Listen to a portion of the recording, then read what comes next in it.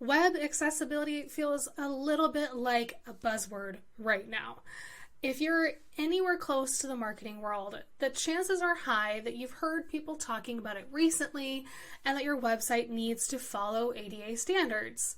But web accessibility isn't just a buzzword. It's a practice that everyone in marketing should be following for their websites, for social media, and all of the marketing they're putting out, especially online. It's not just about compliance either. We've started to talk about this in the frame of, oh, this is about, staying out of trouble. This is about reaching a wider audience, improving their experience, and boosting your brand's reputation. To be blunt, making your content more accessible can be a bit of an investment. Many businesses have put it off because they think it doesn't really apply to them. That's not the case. Providing an excellent experience for all of your customers is incredibly important, no matter what you do and what kind of business you have. And yet, I understand that you can't just go to your boss and get the budget to transform your website, invest in new processes, do a lot of research, get some testing done, right? So let's break down the business case for web accessibility.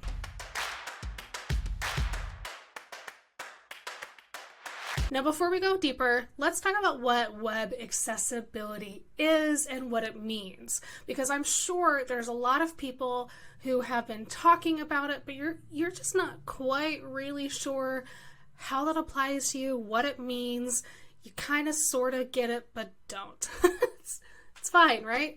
Web accessibility is simply ensuring that your website in particular and other digital content follows a set of standards so that everyone, regardless of their abilities, can access and understand it. That basically means that you're creating content so those with, say, visual or hearing impairments, epilepsy, dyslexia, and other disabilities can still engage with your content and get the purpose of it. Now, when we create these accessible websites and content that everyone can use, we follow a few standards, like I mentioned before. Now, these best practices are wrapped up in the Web Content Accessibility Guidelines, or WCAG. You may have heard people talk about that one too. Now, these are just a set of standards that ensure your website is accessible to all users, regardless of their personal abilities. Now, WCAG is a globally recognized standard. This has been developed through extensive research and collaboration, and it's what we as accessibility professionals follow to make sure that we're building websites and experiences that work for everyone. Now, those of us in the accessibility space, we follow WCAG 2.2 right now, though a shift towards WCAG 3, which is in development now, is coming soon. So there's going to be some more changes and some more updates, but let's not think about that right now. And a lot of this is just about getting better and understanding better how people use the internet. Now, the US, this is a common misconception. The US does not currently have its own guidelines, so that even though you may hear people quote ADA issues, that means we follow WCAG. ADA is just a shorthand that we understand here in the States, and that's what those lawsuits get brought under, but it's all very vague right now. Okay, now I get that was a lot of technical information, but it's important to know that there is a standard that you should be following when you're creating content for the internet. Web accessibility professionals, we're not making this up, right? We're following years of research, testing, and best practices that have been honed over time. So why does all of this matter to your business? And I get it. You're probably thinking, okay, yeah, great and all, but let's get into the deep end of this. Now, the first thing that you need to know is we have standards to follow, so accessibility is something that you can learn and implement in your business. This isn't a guessing game. Other people have done the research. You follow a checklist, right? Now, it's also valuable to hire a web accessibility expert who can help guide you through creating accessible and inclusive content. There's a lot to the WCAG standards, and I understand that you don't necessarily want to learn all of it. That's probably why you're going to get somebody to help you, and there's some nuances in there too. But you also need to know that when you implement web accessibility best practices in your business, you can actually increase your revenue. A client once told me that accessibility didn't matter to them because that wasn't their audience. Listen, 27% of the US population, according to CDC records, has some kind of disability, and many of those people use the internet in a different way than what you might be familiar with. It's not just the size of the population either. According to recent reports, the disabled community represents $8 trillion in disposable income, which balloons to $13 trillion when you factor in their friends and families that they might be going in turn selling to help them buy these things. If you're not thinking about how to make simple changes to your content, you're missing out on a massive chunk of audience and revenue. To put it bluntly, web accessibility applies to every business and every target audience you can think of. Now, if you want to know a secret, this isn't just about reaching everyone and some segmented audience, because this is where my client was like, oh yeah, they don't apply to us, right?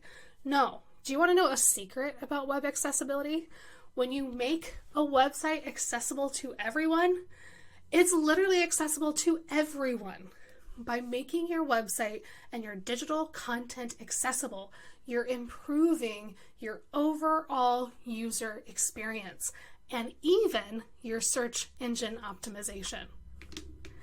Simply put, when we design and build inclusively, we make our sites better for everyone in our audience, and we do a lot of good for our marketing overall. So let's talk about SEO first, because your ears probably perked up there when I mentioned that. Listen, when your website is built to be accessible, you will get better found by Google. An accessible website is built using a better coding structure. We use semantic HTML when coding accessible websites, which means Google understands your website better because it has a structure to follow, and it has literal signal posts for it to understand how to categorize and organize your information and what's important. With accessibility practices, we're also including alt tags for images so Google can better understand the context of our site's images. Accommodations like transcripts that can help audio content to be read, and better link structure allows Google to go through all of your website pages. Accessibility and SEO literally go hand in hand, right? They're best friends, and it can only improve your website to follow this. But the other thing is, this improves your user experience. We do so many things in accessibility that are UX best practices. For instance, when we allow keyboard navigation around our site so somebody can hit the tab key, they can hit enter to go to buttons, things like that, you're allowing it and making it easier for somebody to use your website when they would rather use their keyboard than pick up their mouse. Some people don't use mice. Mouses? I'm not really sure what the plural is there, but you get what I mean. By clearly labeling the forms and buttons, which we do for accessibility, we're helping all of our users understand what they're filling out, what they're clicking on, what they're going to get when they take an action. And then by improving the copy on the page, we're ensuring that our customers understand what we do and how we help without having to hunt for those answers. This means that you're going to increase conversions when you're following accessibility best practices because your customers will know what to do and how to work with you. Now, beyond what accessibility adds to your business, because I get these are theoretical things for a lot of marketing bosses.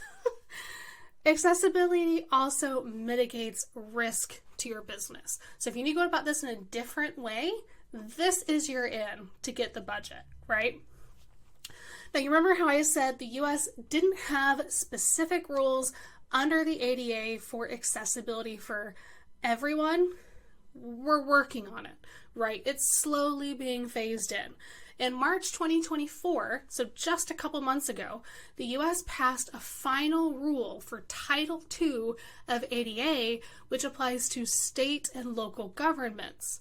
So according to this new rule, services, programs, activities that state and local governments offer online and through mobile apps need to be accessible to everyone. So beyond just thinking, other stuff, we're talking about your local library, your city website, your state tax website, the places that people need to be able to use. Now, I get it, your business might not be a government entity, but that doesn't mean you don't have to follow WCAG standards. Lawsuits filed against companies for inaccessible websites were on the rise in 2023. Many of these lawsuits didn't target huge businesses like we've seen before, but rather smaller businesses with less than $25 million in revenue. And your business doesn't have to be headquartered in the same state as somebody filing suit. That means your Illinois-based company can be targeted in a California suit. Your company could be at a big financial risk if it's not following basic web accessibility best practices. Okay, so now we understand that we probably need to invest in web accessibility for the business, but what does that cost look like? Listen, here's the good news. If you do anything to improve accessibility, you're probably doing better than 90% of your competition. Actually, like 95% more than likely, because most of the websites on the internet are not accessible. And many WCAG standards include simple steps you can undertake by just following better marketing practices. Now, I've actually got a free cheat sheet that you can grab to create accessible content, which is linked in today's show notes down below. Now, the reality, your website probably needs a better foundation in web accessibility. But listen, accessibility is an investment with long-term ROI. Right now, in June 2024, most website builders and drag and drop platforms don't consider web accessibility best practices yet. Do I think we'll get there? Yes, but until they get sued on a massive scale, it's not going to happen. Because they don't want to invest the time in making it better. They want to make their money, right? This doesn't matter to them. If you want to protect your business and have your website accessible, you need to invest in a custom website design. This, of course, is going to cost more than having your CEO's best friend's son build it for you on Wix, but it's also going to protect your business and help you reach all of your clientele. Now, will it net an immediate return on investment? Probably not, but honestly, most websites don't. It's a long-term ROI, right? But it will pay off over and over again throughout the years. And you can phase in accessibility practices because maybe you're not ready to build a whole new website, but you want to take some steps to improve what you have. So start making those improvements to your current one, and it's easy. Just start by adding alt descriptions to every image on your website, and then make sure every video you produce, including on Instagram Reels, has captions for narration. From there, you can improve your color combinations. This is incredibly overlooked by social media graphics, by the way. See this all the time where you can't legibly read that great slides you put together, or simply adjust your copy, right? Making some small tweaks to your copy can make a huge difference in your overall accessibility and inclusivity. You know how I said before, not very much of the internet? It's just 3%. 3% of the internet is currently accessible to individuals with disabilities. So any adjustment you make will significantly improve their experience. Listen, I can get on my soapbox when I talk about web accessibility, but it's time to make it a priority. You need to stop putting web accessibility on the back burner and putting your business at risk. You need to ensure that your website and your content are as inclusive as possible. Accessibility is an investment, but it's one that pays off. So remember, when your website is accessible, you're reaching your target audience and more of them. You have better SEO, you're improving your UX, which means more conversions on your website, and you're reducing your legal risk. If you want to phase accessibility into your marketing practices, again, grab my free Creating Accessible Content cheat sheet. This will get you started and help you refine your current processes and your current website and work. Now, if you're ready to tackle accessibility and give your customers better overall experience, it's time to talk, right? My team and I can help audit your website and give you an action plan, even how to fix things that you need to be more accessible. Then we perform the remediation to make your website more accessible for you. Listen, it's time. Let's invest in a good web experience for everyone.